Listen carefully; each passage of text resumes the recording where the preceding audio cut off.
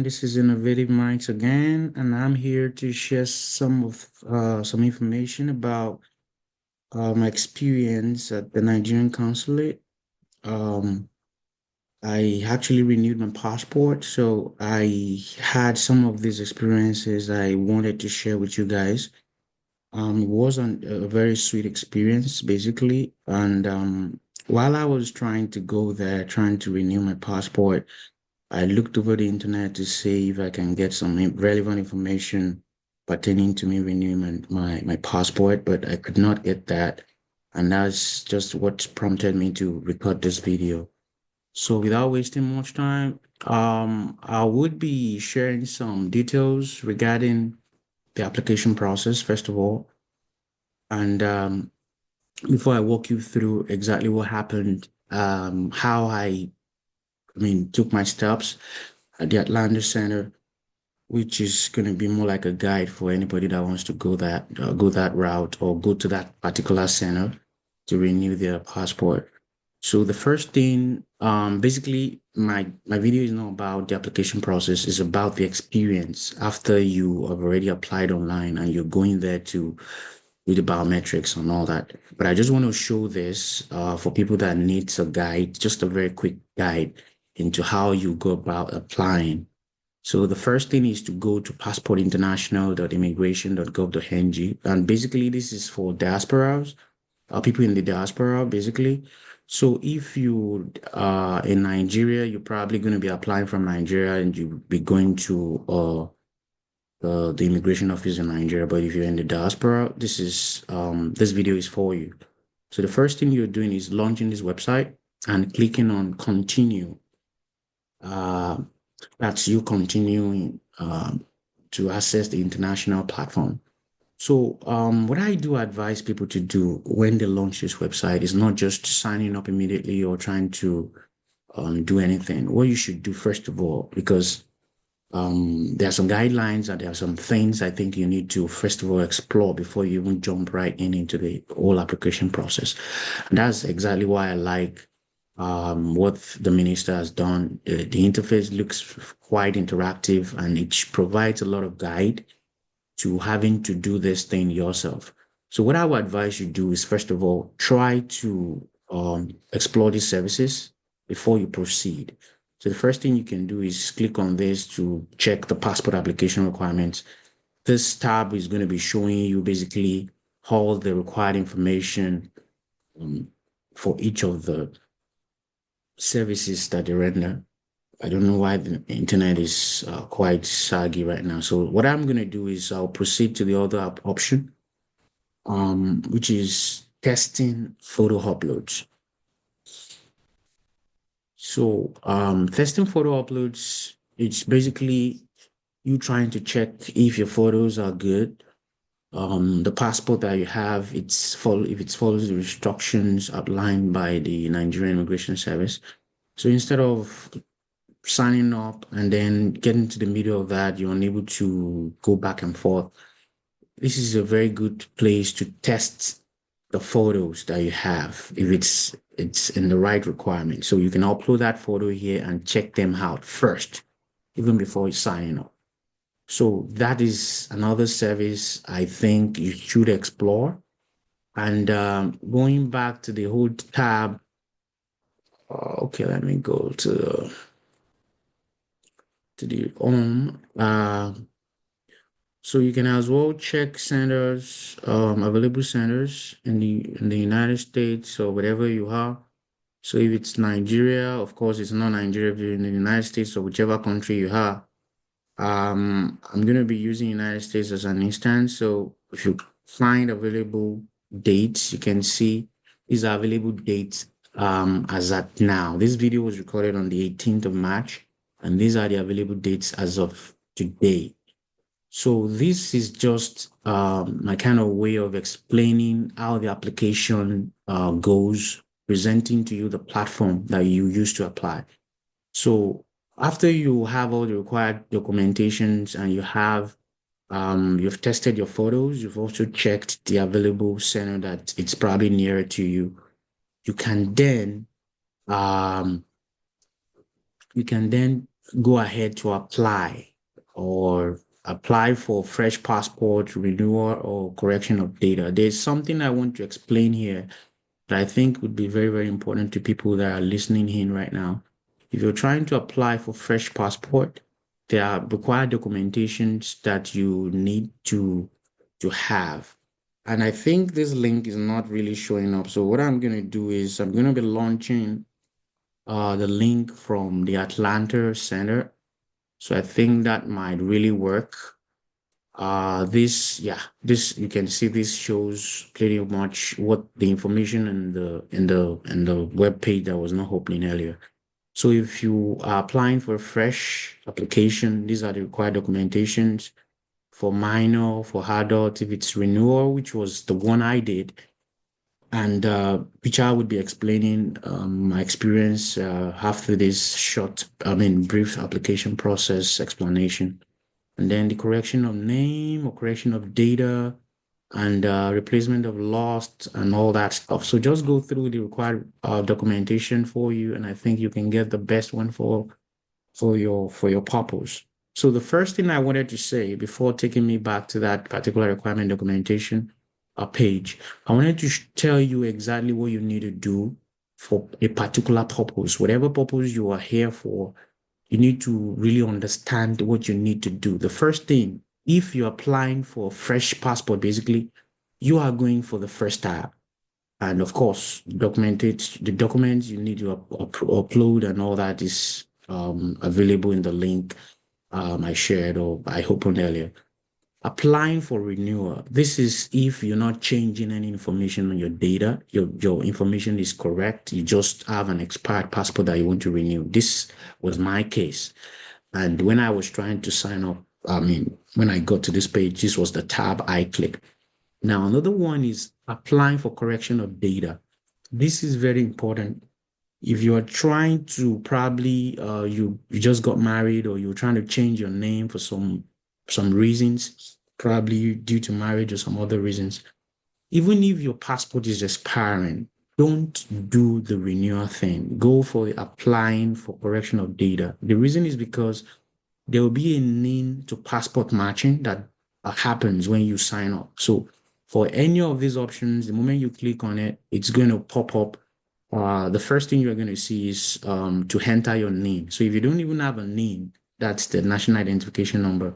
You need to first of all go get that. You need to go get that right first before you can even sign up for a passport renewal or a fresh passport or whatever. The name on your name must align with the name on your passport. If you're applying for a fresh passport, you don't need to worry about that because, of course, the name, the information on the name is going to be transferred to the passport. But if you are renewing your passport, for some reasons, the name on the name is different from the passport you're trying to renew, you need to first of all change that.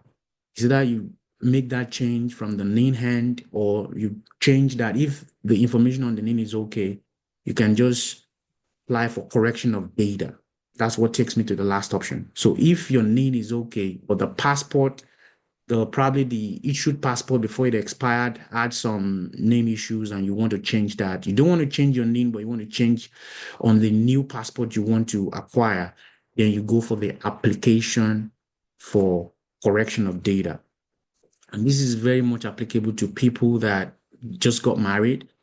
Obviously, you had a passport in your old name and then you have a new name. You've probably changed your name on the name and now you want to effect that change on your passport. So all you need to go for is apply for correction of data. Don't apply for renewal because there will be a name matching issue.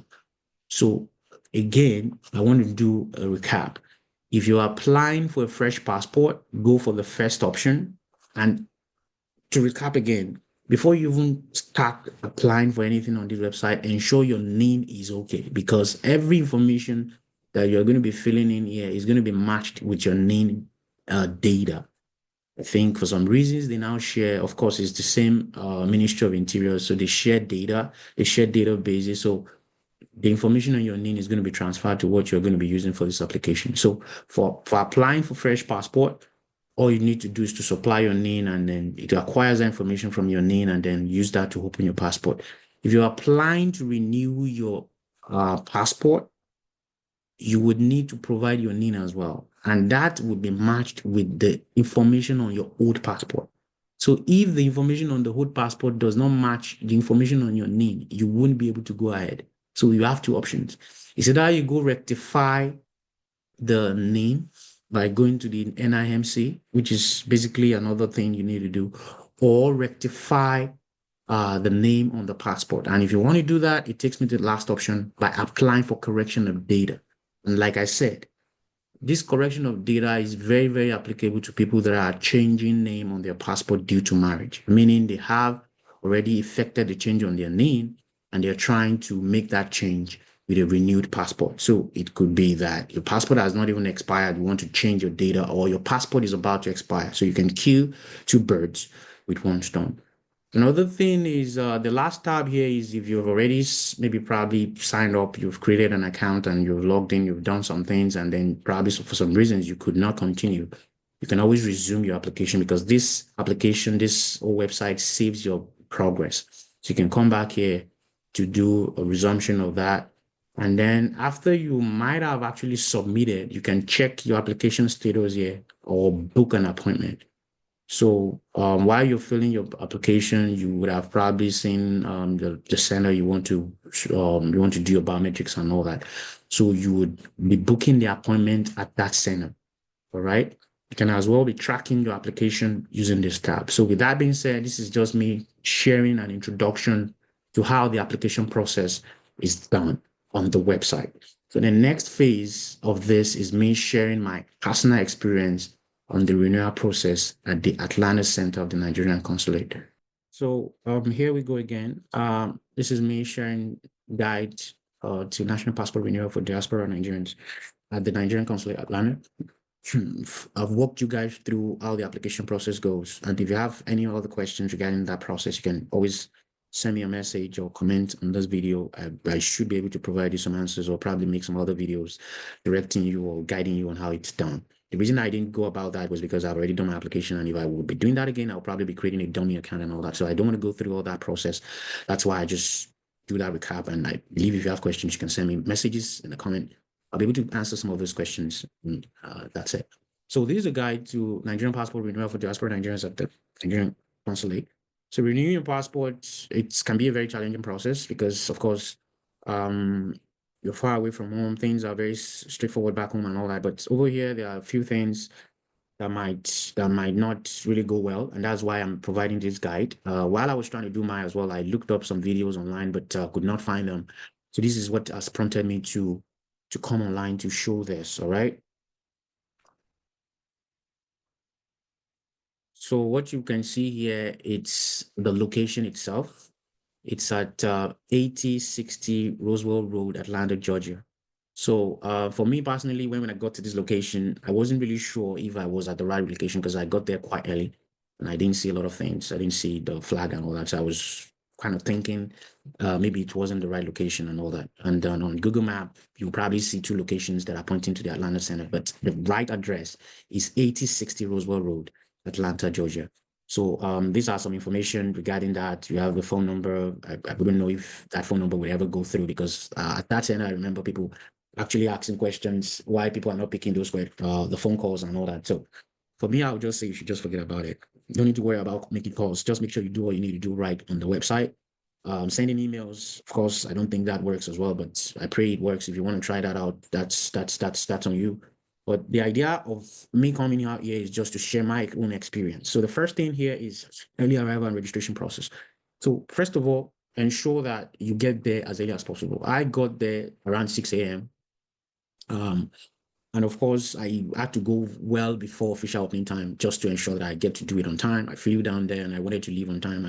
My departure flight was around, I think, 1 p.m. For some reasons, I don't know why I booked that flight like that, but I just thought if I'm able to do what I have to do, even though I know Nigerian process can be really very slow, but I just had a trust in the system and I felt like I would be able to get my biometrics done before that, which I did eventually. So that's what's up. So I got there early. The gates were closed as usual. We were waiting for the security. Security came in sometime about 8 a.m. I think was it 8 or 9? I can't really recall, but it came around 8 a.m. to open the door.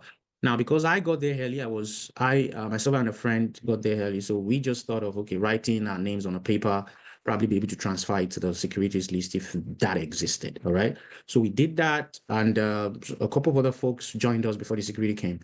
And then before the security came, I think there was another person that does some parking thing there. All right. You need to probably park your car. You can't park anywhere. So that guy charges $20.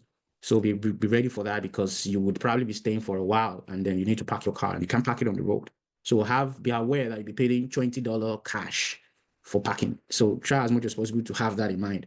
And then also be aware that certain groups, babies and adults over 65 receive priority processing, meaning that they are going to be given priority when they get there, which is actually a very good thing I like about them. So even though you come first, if you have a baby or you're an elderly, you are going to be prioritized. You're going to be received first to do your biometrics. All right. The security check-in, um, before you check you to be sure if everything you don't have any stuffs on you, and securities checks and all that stuff, and that will be done by the security. And before that, I think we need to write our names. Like I said, we wrote our names before the security came, so we kind of transfer those names into the security list. And it was that list that was used to call us in when we were ready to start the process. So essential documents for passport renewal. I think you would already find that on the information I already shared earlier in the application process, but you'll be printing out some things. Part of it is the completed application form. You need to bring that to the venue. You need to bring passport photographs. I think you need about two. Just hold them in case you need to use that. You need to bring the appointment printout. You need to bring that along with that, and then the printout of your biometric or bio data page. Bring that along with you. The payment receipt, please. The payment receipt that you used to make that payment online. Make sure you print that out. So I'm going to be saying that again. The first one is the completed application form. It needs to show vetted and approved at the right-hand corner of that page. All right. So when you have made payments and all that, ensure you print out the completed application form that has vetted or approved. Now you don't need to panic because after you've done your payment, you're likely going to see something like pay on the right-hand corner of that top right-hand corner of that completed confirmation form, application form rather. But as you approach your appointment date, you would probably get a notification that it has been vetted and approved. Even if has not been approved, if it has been vetted, just ensure you print that out and bring it to the site. Payment receipt is also very much important. After making payment, you're going to be printing out that receipt. So that's the second document. The third document is the appointment printout. Make sure you bring that out. I'll bring that as well because after you book the appointment, you need to print out that confirmation, that appointment confirmation. Bring that to the embassy, the consulate. Also, you need a money order of $30. They said that money order is the admin fee. So ensure you bring that to the venue, and that money order can be by West Fargo's or USPS or Walmart or whatever it is. Bring that along with you. If you don't bring that with you, there is a business center at that venue that does basically everything you need. But of course, they have charges, which you can avoid if you can procure that money order from your location. So if you buy $30 money order, that's what it will cost you. But if you're buying from the location, these dudes or this business center, it's a business, so I don't blame them. They charge $10 for that. So you pay them $40, they give you a $30 money order. That money order is needed or will be used at that embassy, at the consulate. So with all the documentations I mentioned earlier, you also be including a money order of $30 for the admin fee. Another thing you need is a self-addressed stamped envelope, SASE. Now, there is a myth. Before I went there, what I was told was it has to be USPS, blah, blah, blah. I don't know where I found out. I watched a lot of videos online, but one of the reasons I'm even doing this video is to just make sure those myths are debunked. You can use any courier service of your choice or your choosing, all right? All you need to do is to ensure that you have the right stamps, postages, or the right label that will get that courier, that particular package from the consulate to your house. For instance, if you're using USPS Priority or USPS Express Mail, all you need to do is to buy stamps, buy postage stamps, and that would be enough. For me, what I did was I bought a $10.10 postage stamp, and that was what I used attached to my stamped envelope, and I provided details of where it's coming from, because what you're doing is you're submitting that envelope to the to the embassy, and they are going to be putting the passport after it's ready, put it in the passport and seal it and send it back to you. So the sender address would be the embassy, while the recipient address would be your own address. So I will repeat that. The sender address would be the embassy, I mean the consulate rather. So what you are going to write there is 8060 Roswell address, Roswell Road and all that. I mean, basically the consulate address. And the recipient address would be your own address. So ensure you get that from USPS, or if you're getting it from FedEx or UPS, explain to them, people at the counter, that you need to get a passport sent back to you from the embassy or from the consulate. So explain to them so that they can be able to get you an appropriate label that will take it from that location, the Atlanta Center or whatever embassy you're using or whatever consulate you're using in the United States, back to your address. It is called self-addressed stamped envelope, SASE. So basically, all courier services understand this. So all you just need to do is to tell them about it. Provide the sender address, which will be the address of the consulate, and the recipient address, which will be your own address. Because what you are doing is you're submitting all this documentation at the consulate, and when your passport is ready, they're going to be putting the passport in the envelope that you are submitting to them, and they will be sending it back to you since you're the recipient. If you have questions regarding this, you can let me know in the comment section. So for the biometrics process, I mean, I think before we started, they kind of had some small talks, kind of shared, I mean, let us understand the impact of the Nigerian government and all that stuff. And it's quite impressive. It was a very good talk. There are a lot of things that was just some funny stuffs and pretty relevant, and some were probably not irrelevant. I mean, were not relevant, but it was quite an interesting place. Basically, because you kind of feel like you're home again at the consulate. So what they did was just talk about a few things, tell us about the Nigerian system, how the operations are, the rules, and don't use your phone to record and all this kind of stuff. So, and then after then, the list that you give them outside will be used to call in each person to start their biometrics. So those names are going to be bringing, and then you are going to be called based on how the names were written. And for a fact, there are some other information about some people coming in, and names that I never knew, or people that I never saw came in and did some biometrics before me. And of course, you know what that is. So it's what it is. So, but just ensure you have your biometrics done, provided you have all the documentation, because those information will be required of you. Because when we come in, before we even start that talk, I think I'm just trying to recollect everything that happened that day. You're probably going to be doing some vetting process. You're going to be going directed to a particular place. When your name is called, you follow the officer to a particular place where they will go through your documentations. They'll be asking you for the completed application form, asking you for the payment receipt, asking you for the appointment printout, asking you for the printout of the biodata page. I mean, your own biodata page of the expired passport, and then the admin fee, that particular money order you need to bring down for. So they receive that from you. After checking all that, they collect all those information from you and tell you to go sit down. So I think that information, that documents you dropped off at the front desk will be passed around, and then will be used to call you when your biometrics picture is ready. So ensure you also take along your expired passport. It's not going to be collected from you, but I think you just need to hold it down. I mean, it might be used, or I can't remember if it was used, but just ensure you hold it, bring it to the venue. Should they need to check whatever on that passport, make sure you have it handy. So the biometric picture just only took about a few minutes. Passports taken, and then your thumbnails are going to be recorded, and also your signature you have to sign. And after then, a confirmation slip is given onto you. Please ensure that this confirmation slip is kept very, very well, because if you are unable to retrieve your passport for some reasons, because some people make mistakes when they submit their self-addressed stamped envelopes, and for some reasons the passport don't get to them. It is this confirmation slip that you are going to be using to track your passport. So ensure that you keep that slip very, very well. It's very, very important. Please make sure you keep it very, very safely. All right. So this document is crucial for tracking, like I wrote on this slide. My entire process actually completed by 11, which was pretty fast. The information I heard before going was that, oh, you're going to sit for so long and all that. But I got there around 6 a.m., I think, just trying to ensure that I get there on time and leave on time. I think the whole registration process started around 9-ish. We got in, we were checked, we did the vetting process. I sat down, the biometrics, people called me in, I did my biometrics, and by 11, I got my confirmation slip and I was good to go.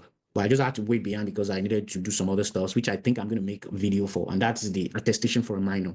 I'll be talking about that in another video after posting this, if people really need that. It's just attestation of a minor. It's just you saying testing citizenship for your minor if you probably give birth to that person outside of Nigeria.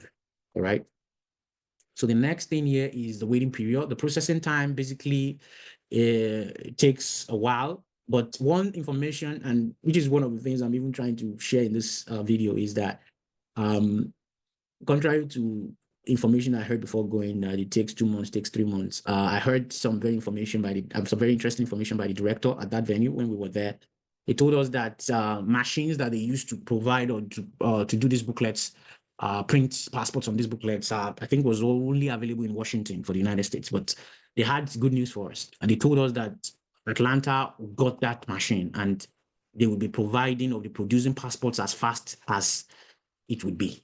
So at that point, I didn't really believe them. I just felt, oh, it's another thing that they say and all that. But to my surprise, I actually got my passport in 33 days, which is pretty impressive. I mean, that's the fastest I've heard, which means what that director said might probably be true, all right? Because the passport, I mean, got produced on time and then I got it back as soon as possible. So tracking communication, democracy claims, I mean, you can call them on phone. I mean, I don't really worry about that. But if you're interested, or maybe you have some peculiar issues with your own process, you can try and reach them with the phone or email or whichever one it's available for you to do. All right. So for delivery, I've already talked about it. Any courier service you're using, if you're using FedEx or UPS, you'll be using label. Or if you're using USPS, I think all you need to do is just to get stamps and then postage stamp. Like I said, you tell them at the counter when you get to USPS or whichever courier service you're using that you need a self-addressed stamped envelope, SASE. And a lot of these courier services understand what this is. They know you want to probably get a passport. So you explain to them that you are trying to do this. You tell them the address of the sender, which will be the embassy address or the consular address. And then the recipient will be your own address, like I said, not the other way around. Ensure you take note of that, please. My passport was shipped at the appropriate time, and in 6 days it got to me, probably because I think I used priority, but at some point at that venue, I actually learned that there is also another one called the Express Courier or whatever. So that's because myself and my friend went there. If my friend got the passport before mine.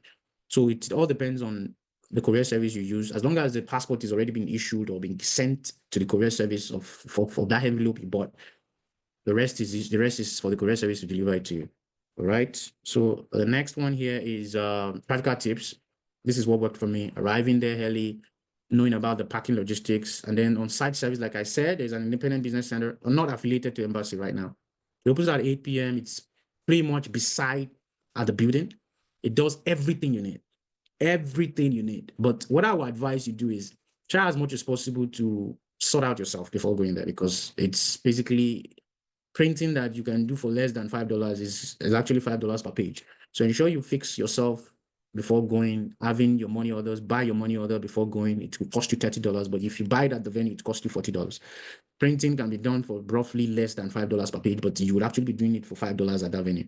And so just ensure you have everything sorted out. And for some reasons, if you don't have them sorted out, of course, you can still eventually do the printout or everything you need to do at that venue. All right. With that being said, I want to say thank you so much for listening in on this video. It's my first video on tips for passport renewal. And I just thought of doing this video because I felt a lot of people don't have enough information about this. Other countries have this kind of videos, and it's a very pretty guide for people trying to do a lot of stuff. So you don't have to go through the hassles or stress that people go through. You can watch this video, understand exactly what you need. So you don't go there and then start saying you forget things and all that. So I believe this video will be able to help you. And thank you so much for tuning in. See you on the next one.